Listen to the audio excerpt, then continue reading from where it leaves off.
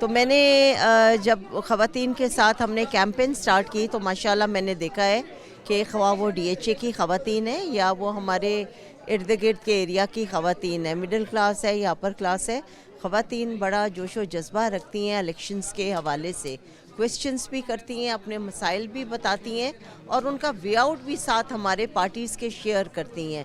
تو اللہ کا شکر ہے کہ ہمارے معاشرے کی جو خواتین ہیں اور بالخصوص پاکستانی خواتین ہیں، خواہ وہ پڑھی لکھی ہیں یا وہ ابھی نہیں سمجھتی تعلیم کے معاملات کو، ان کے اندر الیکشنز کا شعور ہے اور وہ الیکشنز میں حصہ لینے کے لیے پرجوش ہیں۔ اور مجھے امید ہے کہ آپ دیکھیے گا، ڈیٹا آپ کے سامنے آ جائے گا کہ آپ کے الیکشنز کا جو رزلٹ ہوگا اس میں جو پرسنٹیج ووٹرز کی ہوگی خواتین کی انشاءاللہ تعالی زیادہ پرسنٹیج ہوگی۔ مشکل آ رہی ہے، پی ٹی آئی کا کارکن تتر بتر ہوا ہوا ہے، آزاد حیثیت میں وہ لڑ رہے ہیں، تو پی ٹی آئی والے شکایت کرتے ہوئے نظر آتے ہیں؟ دیکھیں جی، کچھ قانونی معاملات ہوتے ہیں، ان کے اوپر میں بات نہیں کروں گی، مگر بات یہ ہے کہ جہاں تک پی ٹی آئی کے ورکر کا تعلق ہے، نہ ہماری پارٹی نے کسی کے اوپر قدغن لگانے کی درخواست کی تھی، نہ ہم کوئی انتقامی سیاست ہماری لیڈرشپ چاہتی ہے۔ ان کے لیے آزاد ماحول ہے، وہ آزاد کینڈیڈیٹ کے طور پہ لڑیں یا وہ اپنا جو بھی نعرہ لگائیں۔ ہم اپنی پارٹی کا مینڈیٹ، اپنی پارٹی کا جو میرے قیادت نے کام کیا، نواز شریف صاحب کا جو کام ہے، شہباز شریف صاحب کی جو محنت ہے، ہم وہ لے کے عوام کے پاس جا رہے ہیں اور اللہ کا شکر ہے کہ عوام شکایت نہیں کرتی جو پی ڈی ایم حکومت نے کیا؟ نہیں، عوام کا کہنا ہے کہ ہمیں امید ہے کہ نواز شریف آئیں گے اور ہمارے ملک کے اندر سے سب سے پہلے مہنگائی کا رونا روتے ہیں اور انہیں توقع ہے کہ نواز شریف جو ہے انشاءاللہ مہنگائی کم کریں گے۔ بہت شکریہ آپ کا جی جناب۔ تو خواتین کافی پرجوش ہیں اور آج خاصی تعداد میں خواتین نکلی ہیں کیونکہ یہ ڈی ایچ اور کین سائٹ کا ایریا ہے، تو پڑھے لکھے طبقے کی ریپرزنٹیشن یہاں پر کافی زیادہ ہے اور کافی پر امید لگ رہے ہیں اور دیکھ رہے ہیں کہ شاید ٹرن اوور 8 فروری کو بہت بہتر ہونے والا ہے۔ تو یہ پوری کارنر میٹنگ کا انعقاد بشرا بٹ کے گھر ہوا ہے اور انہوں نے ان تمام خواتین کو اکٹھا کیا۔ کتنی مشکل لگی ان خواتین کو لانے میں؟ بالکل بھی مشکل نہیں تھی اقرا، بیکاز میں یہی بات کرتی ہوں، ایک پی ٹی آئی نے ایک جو پروپیگنڈا کیا ہے، یہ ساری جو ورکنگ ویمن ہیں یہ ڈیفینس کے ریزیڈنٹس ہیں اور یہ بھی خالی ڈیفینس کی ہیں بیکاز سعد بھائی کا NA 122 کے حوالے سے، اور میں کنٹونمنٹ کے ٹائم پہ بھی اور ہر باری میں یہ خواتین کو اکٹھا کرتی ہوں اور یہ خود اپنی مرضی سے، because they are working women so they concerned about the economy, اور سعد بھائی کی اسپیچ بھی was all about way forward, تو بالکل بھی مشکل نہیں ہوا مجھے۔ اور یہ نون لیگ جو ہے اس میں پڑھے لکھے لوگ ہیں جن کو شعور ہے، جن کو کنسرنز ہے اکانومی کے حوالے سے، جن کو پتہ ہے کہ خواتین کی کتنی امپورٹنس ہے ان دی اکانومی اور انہوں نے کتنا اہم رول ادا کرنا ہے مردوں کے شانہ بشانہ چل کے۔ اچھا، آپ چونکہ ایک پڑھی لکھی ایم پی اے ہیں، وہ اس لیے میں کہہ رہی ہوں بیکاز ایک اچھا خاصا اکیڈیمک کریئر چھوڑ کر you have joined the politics, تو جو منشور آپ نے دیا ہے وہ پریکٹیکل ہے منشور؟ دیکھیں میری بات سنیں، پاکستان میں جو نون لیگ ہے، جس طرح کی ڈیولپمنٹ انہوں نے پہلے بھی کی، Punjab became a role model. اگر آپ انفراسٹرکچر کے حوالے سے بات کر لیں، اگر آپ ایجوکیشن کے حوالے سے بات کر لیں، جو ہم لوگوں نے منصوبے شہباز شریف کی دور حکومت میں انڈر ہز لیڈرشپ کیے، وہ بھی دے ور ایگزیمپلری۔ تو ہم نے جو دعوے کیے ہیں ہم نے پہلے ڈیلیور بھی کیا ہے، ہائپوتھیٹیکل سچویشن نہیں کریٹ کی۔ ہاں، شاید ابھی جو ملک کے حالات ہیں، اگر ہمیں یہ پچھلے 5 سال بھی مل جاتے تو یہ بہت اچیویبل دعوے تھے، لیکن ابھی بھی کیونکہ ہم نے پہلے بھی ڈیلیور کیا، وی نو کہ ہم کس طرح سی پیک کو واپس ریبوٹ کر کے ہم کس طرح اکانومی کے اندر جنریٹ کر سکتے ہیں۔ ہاں، شاید گیونگ اے نمبر جابز کے حوالے سے ہمارے فائدے میں نہیں آیا، بیکاز تنقید پی ٹی آئی پہ بہت کی جاتی ہے کہ 1 کروڑ نوکری کی نعرہ انہوں نے بھی لگایا تھا۔ میرا خیال ہے نمبر فگرز نہیں ہم ابھی دے سکتے، لیکن ہمیں ہمارا ویژن کلیئر ہے، ویو ڈن اٹ بیفور، اور انشاءاللہ ہم پوری امید ہے کہ اس بار بھی کریں گے۔ ڈی ایچ اے اور کین سائٹ کے ایریا میں نوجوان بھی بہت زیادہ ہے، انہیں گیدر کر سکیں آپ لوگ، ان کو ٹچ کیا جائے؟ Iqra, to be very honest, right now tolerance has become a huge issue, اور میرا خیال ہے کہ ہماری لیڈرشپ نے بھی ہمیں یہی بات کی کہ ابھی ٹائم جو ہے نا، ہمارا جب کام ہے نا وہ بولے گا، اینڈ دین جب ہم ڈیلیور کریں گے they will revert back, but right now is not the time, because ہم نے اتنی ایکسٹریمزم دیکھی ہے۔ 9 مئی کا جو واقعہ ہے وہ میرے خیال سے ہائٹ آف انٹالرنس تھی۔ تو اگر آپ مجھے کہتی ہیں کہ میں نے پی ٹی آئی ووٹر کو ٹچ اپون کیا ہے، نہیں، میں نے نہیں کیا، کیونکہ ہمارے لیڈرز نے ہمیں ایک بات بتائی ہے کہ آپ کا کام بولے گا، اٹ ول اسپیک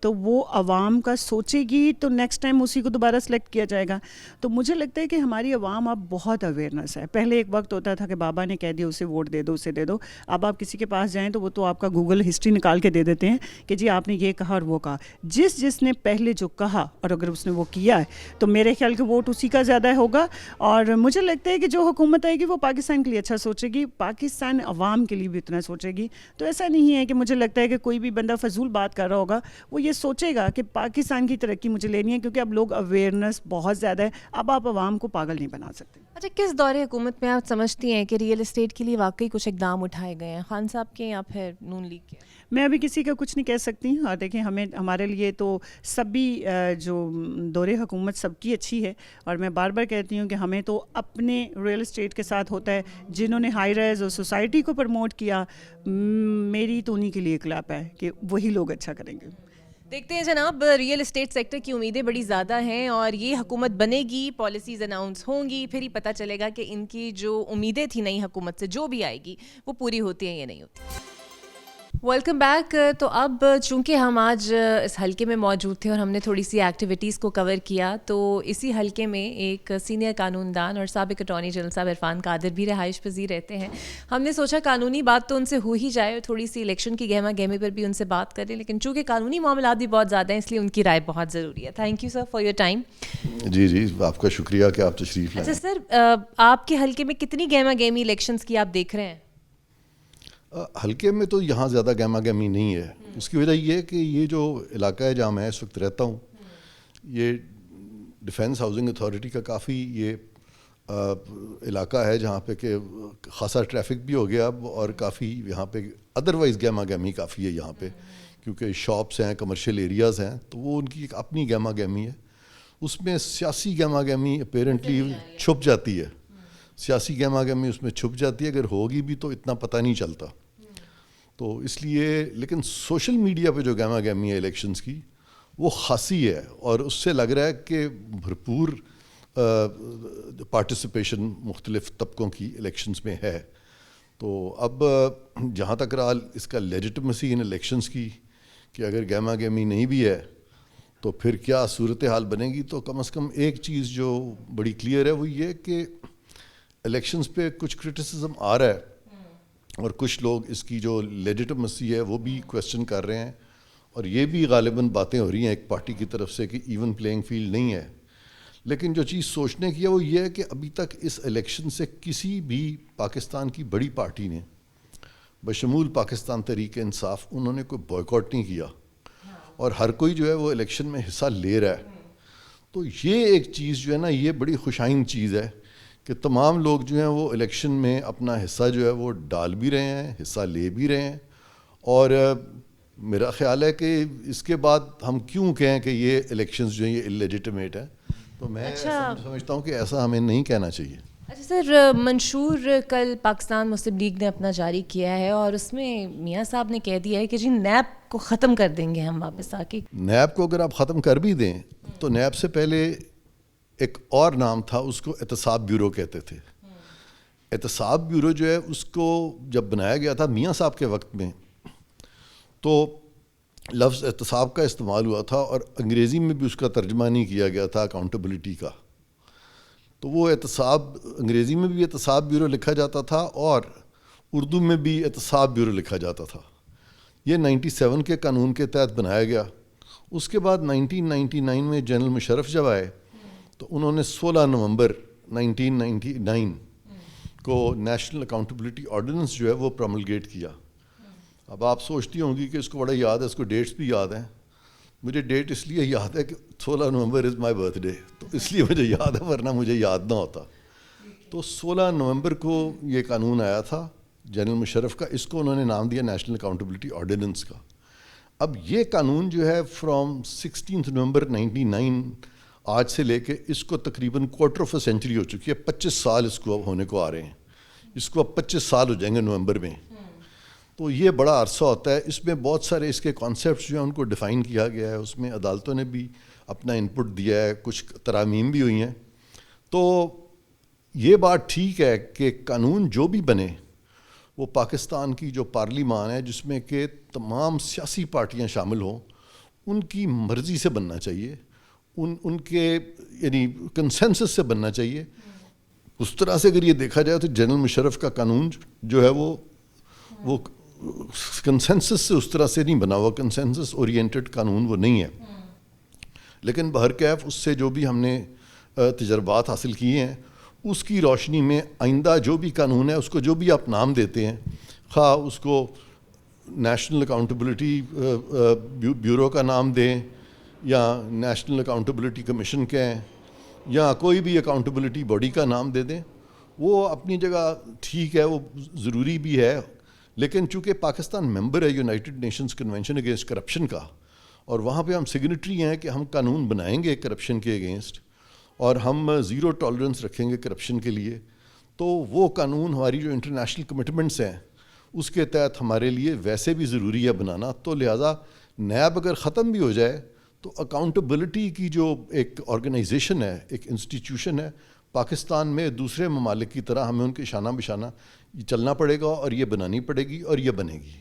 اچھا, اب اس پہ تو ایک آخری سوال, عدلیہ بڑا ایک دہائی سے تنقید کا نشانہ بن رہی ہے. ابھی بھی الیکشنز ہوئے, جس طرح ہیئرنگز ہوئیں وہ بھی آپ کے سامنے ہے. جسٹس قاضی فائز عیسیٰ نے کہا کہ الیکشنز پتھر کی لکیر پر ہوں گے, اب ہو رہے ہیں. پھر بانی پی ٹی آئی کے ساتھ جو ہوا اور اس کے بعد بلے کا چلا جانا, یہ ساری چیزیں جو ہیں بہت زیادہ تنازعات کا شکار رہی ہے. الیکشنز کے بعد آپ کیا سمجھتے ہیں کس طرح یہ جو ادارہ ہے یہ اپنی ساکھ کو بحال کر کے بالکل ایک انصاف کے لیے اینٹی ہو جائے, سیپریٹ؟ اس کے لیے بڑا ضروری ہے کہ ہمیں اپنی سوچ جو بھی کسی چیف جسٹس کی ہوتی ہے یا کسی جج کی ہوتی ہے اس کو پس پشت ڈالنا ہوگا, اور اس کے ساتھ ساتھ ٹالرنس شو کرنی ہوگی. اور یہ نہیں ہے کہ اگر آپ کے سامنے کیس لگا ہوا ہے تو ہم صرف دیکھیں کہ ججز بول رہے ہیں, وکلا جو ہیں وہ بھی بول رہے ہیں, اور ایک لڑائی سی چل رہی ہے اور لگ رہا ہے کہ کوشش ہو رہی ہے کہ who talks the last, and he who has the last laugh or he who has the last talk. کہ لائیو اسٹریمنگ کے بعد تو یہ زیادہ ہو رہا ہے. میں یہ نہیں کہوں گا, اس سے زیادہ کورٹ میں ہوتا تھا. لائیو اسٹریمنگ کے بہتر ہوا ہے. لائیو اسٹریمنگ میں ججز کا جو بیہیویئر ہے وہ بہت ریلیٹیولی بہتر ہوا ہے کمپیئر. وہ جو پچھلا چیف جسٹس تھا وہ ان کا میں نام بھی نہیں لوں گا, وہ میرے دوست ہی تھے, میں نام ان کا نہیں لوں گا اس وقت. وہ تو اس قدر فرتے جذبات میں آتے تھے کہ وہاں کھڑے بیٹھے کورٹ میں رونے شروع کر دیتے تھے, آنسوؤں کے ساتھ رو پڑتے تھے اور پھر عجیب وہ باتیں کرتے تھے. مجھے کئی دفعہ ان پہ ترس بھی آیا کہ یہ اتنی بڑی بات نہیں ہوتی چیف جسٹس بن جانا یا کوئی کسی عہدے پہ آ جانا, یہ تو آنی جانی چیزیں ہیں. بڑائی جو ہے نا انسان کی وہ اپنے آپ کو مٹانے میں ہے, اور اگر یہ لوگ اپنے آپ کو مٹا کے بیٹھیں اور وہ جو ہمارے لیے جو مثالیں قائم کی گئی ہیں, جو ہمارے اصحابہ نے کیے ہیں یا ہمارے نبی نے جو لوگوں کو درس دیا تھا, اصل درس ان کا یہ تھا کہ آپ عاجزی میں رہیں, انکساری میں رہیں. اور عاجزی انکساری یہ نہ ہو کہ میں بہت بڑا ہوں تو مجھے عاجزی کی ضرورت پڑ گئی ہے, نہیں. جینوئنلی آپ محسوس کریں کہ یار میں بھی اسی طرح سے ہی ہوں. وہ جو سڑک پہ جا رہا ہے, وہ جو اس وقت جھاڑو سے صفائی کر رہا ہے, یا میں یہاں بیٹھا ہوں, ہم دو وہ منصب کر رہے ہیں جو کہ خدا نے ہمیں دیے ہیں. تو دونوں کو اللہ نے منصب دیا ہے, کسی نے یہ نہیں دیا کہ کوئی آسمان سے آ کے کوئی لے کے کوئی اسپیشلی آپ کے لیے کوئی الگ منصب آیا. تو یہ تھنکنگ جو ہے یہ جوڈیشری میں مجھے لگتا ہے چینج ہوگی, اور یہ اچھا کیا ہے انہوں نے کہ اس کو اوپن کر دیا ہے, کیونکہ اب آپ سب کو دیکھ رہے ہیں, وکلا کی بھی پرفارمنس دیکھ رہے ہیں, آپ ججز کو بھی دیکھ رہے ہیں, ٹرانسپیرنسی بھی اس سے بہتر ہوگی. اور جوڈیشری جو ہے اس کی اسکروٹنی جو ہے وہ پبلک میں رہنی چاہیے, اور پبلک کو ان کی اسکروٹنی کرنی چاہیے. اس سے میں سمجھتا ہوں امپروومنٹ ہوگی, اور کورٹ پروسیڈنگز صرف سپریم کورٹ نہیں باقی عدالتوں کی بھی اسی طرح سے اوپن کر دیں, اور اجازت دے دیں کہ کوئی بھی کورٹ پروسیڈنگز جو ہے میڈیا کے لوگ یا آپ مثلا اگر چاہیں کسی کو کور کرنا تو کریں کور, تاکہ ججز کو بھی پتہ چلے کہ بھی ہم بھی دنیا دیکھ رہی ہے. اور جب آپ کو جب لوگ دیکھ رہے ہوتے ہیں, خاص طور پہ ٹیلی ویژن پہ, سوشل میڈیا پہ, یوٹیوب پہ, جس طرح آپ کے پروگرامز ہوتے ہیں, تو آپ لوگوں کو, ہم لوگوں کو بڑی نپی تلی بات کرنی پڑتی ہے. اگر یہ کیمرہ نہ میرے سامنے ہو, آپ کے سامنے ہو, تو غالباً بہت سی باتیں جو ہیں اس سے زیادہ ہم کرنا شروع کر دیں گے, اور اس میں ہم وہ جو ایک بیلنس ہے وہ پھر نہیں رکھ سکیں گے. اچھا سر, ایک آخری سوال آپ کا, چونکہ ہلکا ہے, کھوسا صاحب ہیں اور دوسری طرف سعد رفیق صاحب ہیں, کس کا پلڑا آپ کو بھاری رکھتا ہے؟ ایک قانون دان ہے اور ایک سیاست دان ہے. اب یہ ہے کہ میرے تو دونوں بڑے دوست ہیں, اچھا سر، وہ دونوں بھی آپس میں دوست ہیں؟ آپس میں بھی دوست ہوں گے. میرے سے زیادہ تعلق اس لیے بن جاتا ہے, کھوسا کا تو بہت زیادہ میرا تعلق ہے, کیونکہ جب میں اٹارنی جنرل تھا تو یہ گورنر تھے, اور ان دنوں میں جب میں لاہور آیا کرتا تھا تو اکثر یہ مجھے بلا بھی لیتے تھے گورنر ہاؤس. تو وہاں ان کی گراؤنڈیں بڑی بڑی ہیں, پہاڑی بھی ہے, تو وہ بڑا مزہ آتا تھا لان میں بیٹھ کے. تو کھوسا صاحب تو میرے بڑے یعنی محسن رہے اس طرح سے, اور پھر ملکی معاملات بھی ڈسکس کرتے تھے. اسی طرح سے خواجہ صاحب جو ہیں, ابھی جو پچھلی حکومت تھی, خواجہ صاحب ریلوے منسٹر تھے تو میں بھی اس کا حصہ تھا, تو خواجہ صاحب سے بھی ایک اچھا تعلق ہے. تو اب یہ دونوں لوگ جو ہیں دونوں اپنی اپنی جگہ پہ بڑے اچھے ہیں. خواجہ صاحب نے بھی بڑا کام کیا ہے اپنی فیلڈ میں, اور ایک منجے ہوئے سیاستدان ہیں اور بڑے غازی ہیں, گفتار کے, بولتے بہت اچھا ہیں. بس اب ہم آپ سے یہ نہیں پوچھیں گے آپ ووٹ کس کو دیں گے, ووٹ کس کو دوں گا, تو obviously ان حالات میں میرا ووٹ جو ہے وہ ڈیفینیٹلی یعنی پی ٹی آئی کے تو میں ساتھ فی الحال اپیرنٹلی نہیں ہوں, گو کہ میں ان کے خلاف بھی اس طرح نہیں ہوں, لیکن اس سے زیادہ مجھے میرا خیال ہے مزید بات کرنے کی ضرورت نہیں ہے, کیونکہ یہ میرا رائٹ ہے, فنڈامنٹل انہیرنٹ رائٹ ہے, انیلینیبل رائٹ ہے کہ میں یہ ڈسکلوز نہ کروں کہ میں ووٹ کس کو دوں. بالکل جی, ہونا بھی نہیں چاہیے, لیکن جس طرح عرفان صاحب نے کہا کہ جو بھی ہو ملک کی ترقی کے لیے جناب ہونا چاہیے. آج ہم اس حلقے میں آئے اور ہم نے چیزیں کور کی, آپ کو دکھایا کہ کتنی گہما گہمی ہے, کیونکہ اکثر لوگ یہی کہہ رہے ہیں کہ اس طرح لوگ نہیں نکل رہے, ابھی اس طرح نہیں نکل رہے, لیکن شاید اب کچھ ایک ہفتہ تقریباً رہ گیا ہے, شاید اب نکلنا شروع ہو جائیں. تو قانونی رائے بھی ہم نے لے لی اور عرفان صاحب سے ان کا موقف بھی جان لیا. مجھے آج کے اس پروگرام سے اجازت دیجیے, پھر ہوگی آپ سے ملاقات, تب تک کے لیے اللہ حافظ.